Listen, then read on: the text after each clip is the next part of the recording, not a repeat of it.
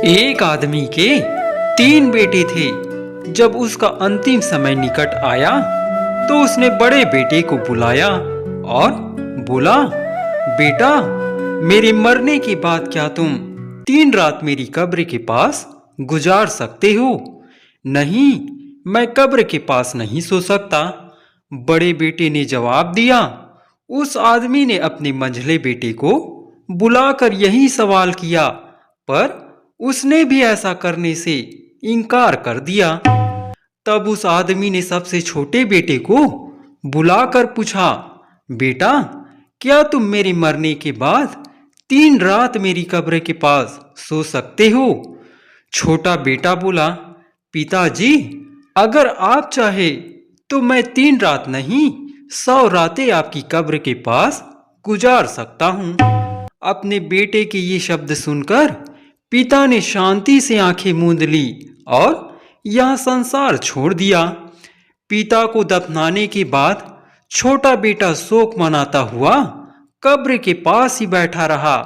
आधी रात बीते, वहां एक सफेद घोड़ा आसमान से उतरकर आया। घोड़े पर पूरा साज था और सब तरह के हथियार उस पर बंधे थे। घोड़े ने सरपट दौड़ते हुए कब्र के 3 चक्कर लगाए। छोटे बेटे की नींद खुल गई। वहां घोड़े को पकड़कर पूछने लगा, तुमने सरपट दौड़ते हुए मेरे पिता की कब्र के 3 चक्कर क्यों लगाए? मैं कभी तुम्हारे पिता का वफादार घोड़ा था और इस समय तुम्हारे पिता को श्रद्धांजलि अर्पित करने के लिए आसमान से उतर कर आया हूं। घोड़े ने जवाब दिया और वहां से वापस आसमान में गायब होने से पहले उसने अपनी अयाल के कुछ बाल अपने दांतों से तोड़कर लड़के को दे दिए। अगर तुम्हारे ऊपर कोई मुसीबत आए तो तुम मेरा एक बाल जलाना और मैं फौरन तुम्हारे पास आ जाऊंगा। घोड़ा जाते जाते बोला। दूसरी रात भी छोटा बेटा अपने पिता की कब्र के पास बैठा रहा।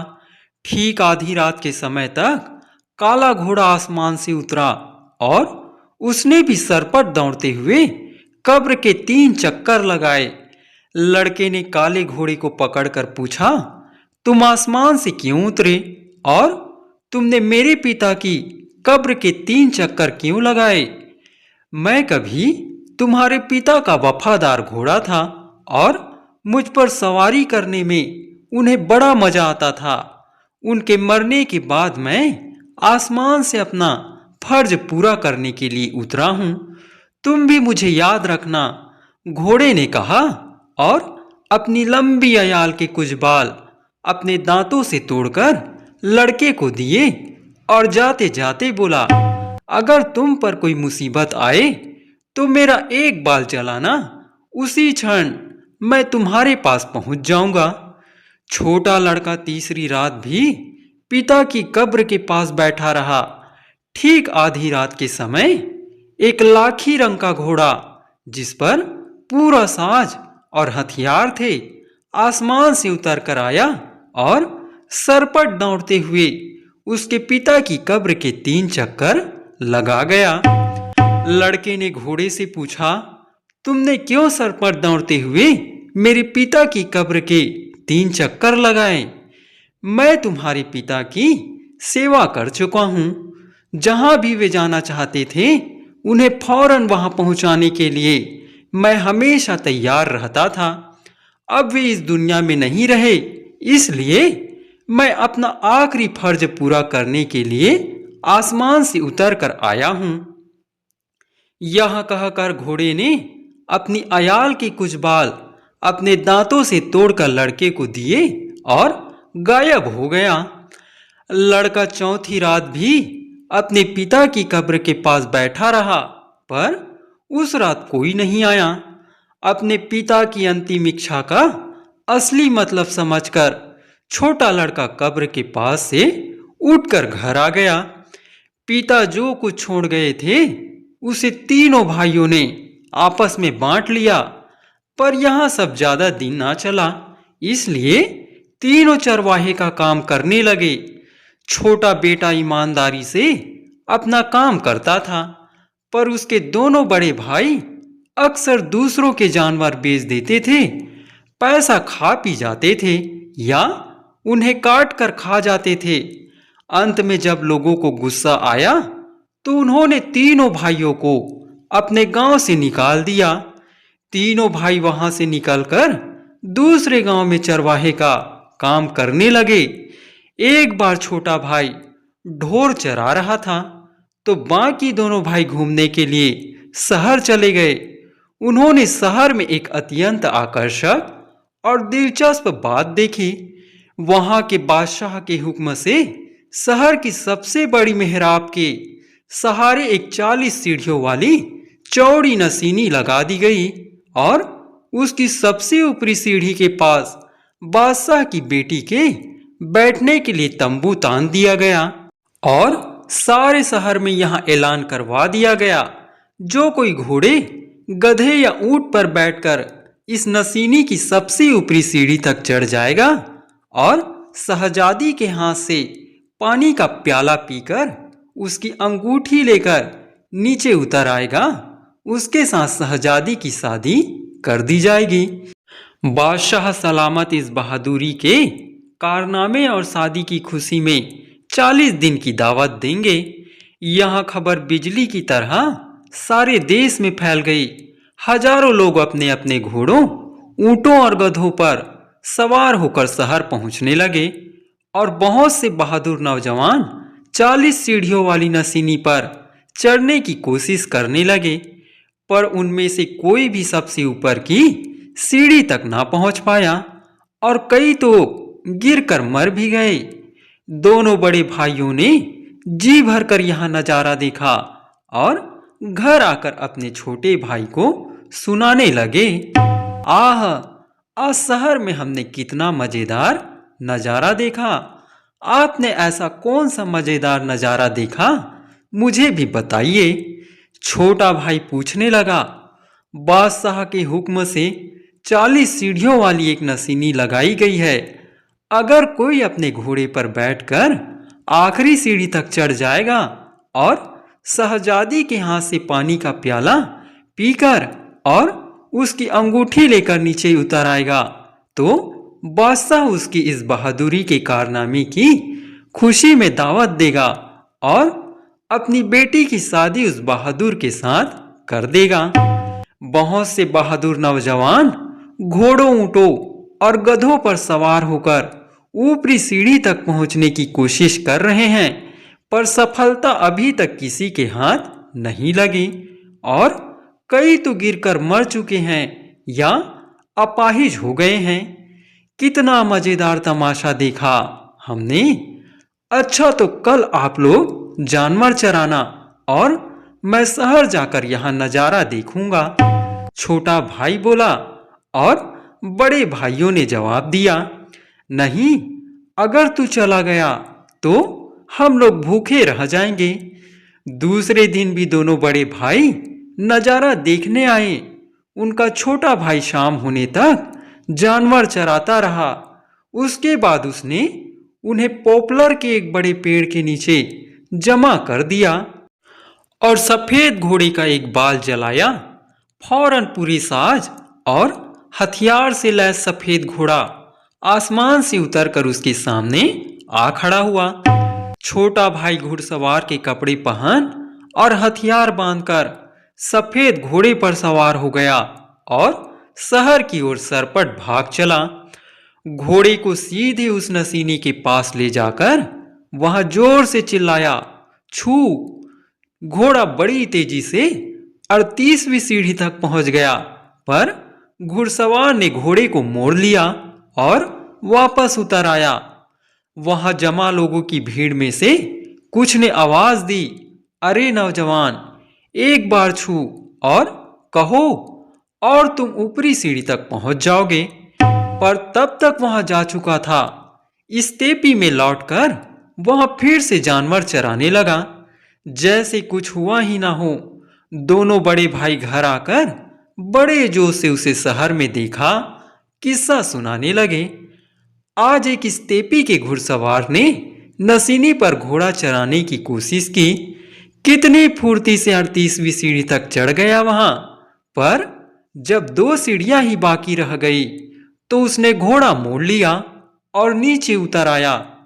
अरे भाई, अब तुम मुझे भी कम से कम एक बार तो शहर जाकर यहाँ तमाशा देख लेने दो। छोटा भाई गिड़गिड़ाया, पर बड़े भाई फिर बोले, वाह रे वाह, अगर तुझे जाने दे तो हमें खाना कौन खिलाएगा। रात बीत गई। सुबह होते ही बड़े भाई फिर तमाशा देखने के लिए शहर चल दिए। छोटे भाई ने भरपेट चराने के बाद जानवरों को पोपलर के बड़े पेड़ के नीचे बांध दिया। इसके बाद उसने काले घोड़े का एक बाल जलाया और पूरे साज और हथियारों से लदा काला घोड़ा आसमान से उतरकर फौरन सामने आ खड़ा हुआ। छोटे भाई ने कपड़े बदले और हथियार बांधकर काले घोड़े पर शहर की ओर दौड़ चला। लोगों ने देखा कि आज यह नौजवान जिस घोड़े पर सवार है वह उसके कल वाले घोड़े से 40 गुना बेहतर है। छोटे भाई ने नसीनी के पास घोड़े को लाकर एड़ लगाई और छू कहा। घोड़ा पलक झपकते ही 29वीं सीढ़ी तक चढ़ गया, पर सवार ने वहां से घोड़ा मोड़ लिया और उस पर बैठा सीढ़ी से नीचे उतर आया। लोग चिल्लाने लगे, अरे भाई, एक बार और छू कहो और तुम्हारा घोड़ा तंबू तक पहुंच जाएगा। शाम ढलने लगी थी। लोगों ने सोचा कि अब इससे ज्यादा मजेदार तमाशा देखने को नहीं मिलेगा और सब वहां से अपने अपने घर लौट गए। दोनों बड़े भाई घर लौटकर अपने छोटे भाई को बड़े जोश के साथ आज के नज़ारे के बारे में बताने लगे। आज वाला घोड़ा कल वाले से कहीं ज्यादा अच्छा था। सवार के छू कहने की देर थी कि वहां पलक झपकते ही 29वीं सीढ़ी तक जा पहुंचा, पर उस बहादुर नौजवान ने ही घोड़े को वहां से मोड़ लिया और नीचे उतर आया। छोटा भाई फिर अपने बड़े भाइयों की आरजू मिन्नत करने लगा, आज तो कम से कम तुम लोग जानवर चरा लो, मैं भी शहर जाकर यहाँ मजेदार तमाशा देखना चाहता हूँ। अगर तू चला गया तो हम लोग खाएंगे क्या। बड़े भाई बोले और उसे शहर नहीं जाने दिया। रात बीती और फिर सुबह हुई। दोनों बड़े भाई फिर शहर चले गए। छोटे भाई ने फिर जानवरों को भरपेट चराया और उन्हें पोपलर के घने पेड़ के नीचे बांध दिया। इस दिन उसने लाखी रंग के घोड़े का बाल जलाया और वह फौरन पूरे साज सामान और हथियारों से लदा आसमान से उतरकर सामने आ खड़ा हुआ। लड़के ने कपड़े बदले, हथियार बांधे और घोड़े पर सवार होकर शहर की ओर दौड़ चला। नसीनी का एक चक्कर लगाकर उसने कहा, छू, और पलक झपकते ही घोड़ा 40वीं सीढ़ी पार करके शहजादी के तंबू के सामने आ खड़ा हुआ। लड़के ने शहजादी के हाथों से पानी का प्याला पिया, उसकी उंगली से अंगूठी उतारी और घोड़े पर बैठे बैठे ही नीचे उतर आया। दोनों बड़े भाई लौटकर अपने छोटे भाई को पूरा हिसाब देकर सुनाने लगे कि कितने ऊंट, घोड़े और गधे उस नसीनी पर से गिरकर मर गए। पहला घोड़ा दूसरे घोड़े के मुकाबले में कुछ भी नहीं था, पर आज हमने उसका तीसरा घोड़ा देखा जो दूसरे से भी कई गुना बेहतर था। उसने सब लोगों के सामने अपने घोड़े पर सवार होकर नसीनी का एक चक्कर लगाया और उसके एड़ लगाकर छू कहते ही घोड़ा बिजली की तरह दौड़ा और 40 सीढ़ियां पार कर गया। घुड़सवार घोड़े से उतरा, शहजादी के हाथों से पानी का प्याला पिया और उसकी उंगली से अंगूठी उतारकर घोड़े पर बैठा नीचे उतर आया।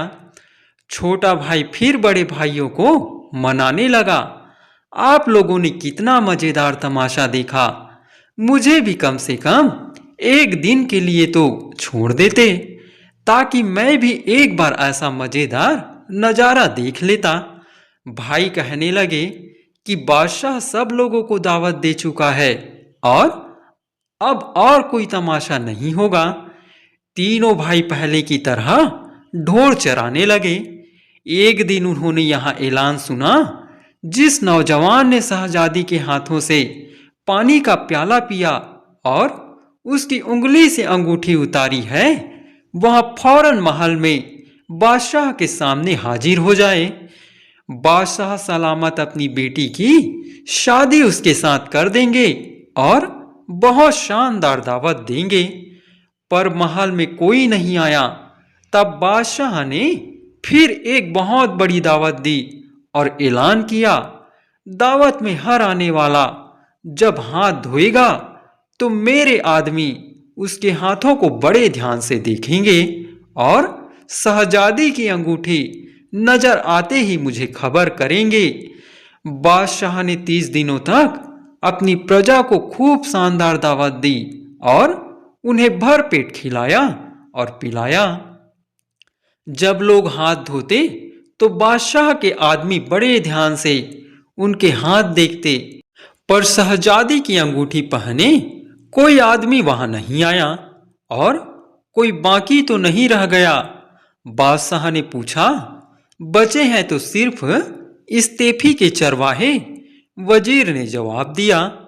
बादशाह ने फौरन उन्हें भी बुलाकर खिलाने पिलाने का हुक्म दिया। एक वजीर चरवाहों को बुलाने गया और जब वे हाथ धोकर महल में घुसने लगे तो बादशाह के आदमी ने छोटे भाई की उंगली में शहजादी की अंगूठी पहचान ली। दोनों बड़े भाई आश्चर्यचकित रह गए। शहजादी की अंगूठी हमारे छोटे भाई के पास कैसे पहुंचे? तब छोटे भाई ने उन तीनों रातों का किस्सा सुनाया जो उसने अपने पिता की कब्र के पास गुजारी थी। बड़े भाई बहुत पछताए और कहने लगे कि अपने पिता की आखिरी इच्छा पर कोई ध्यान न देने के कारण हमें यहाँ सजा मिल रही है। उन्हें बस इतने पर ही संतोष करना पड़ा कि उन्होंने अपने छोटे भाई की शादी की दावत खाई। 40 दिनों तक दावत चलती रही और उसके बाद बादशाह ने अपनी बेटी की शादी उस चरवाहे के साथ कर दी। 1 महीना बीता कि अचानक बादशाह मर गया। प्रजा ने बादशाह के दामाद को अपना बादशाह बना दिया। दोनों बड़े भाई यहाँ देखकर फिर पछताने लगे, हमारी तो किस्मत फूटी है। हर उस आदमी का भी यही हाल होगा जो अपने पिता की अंतिम इच्छा पूरी नहीं करेगा। छोटे भाई की सारी आकांक्षाएं पूरी हुई और वह सुख चैन से राज करता रहा।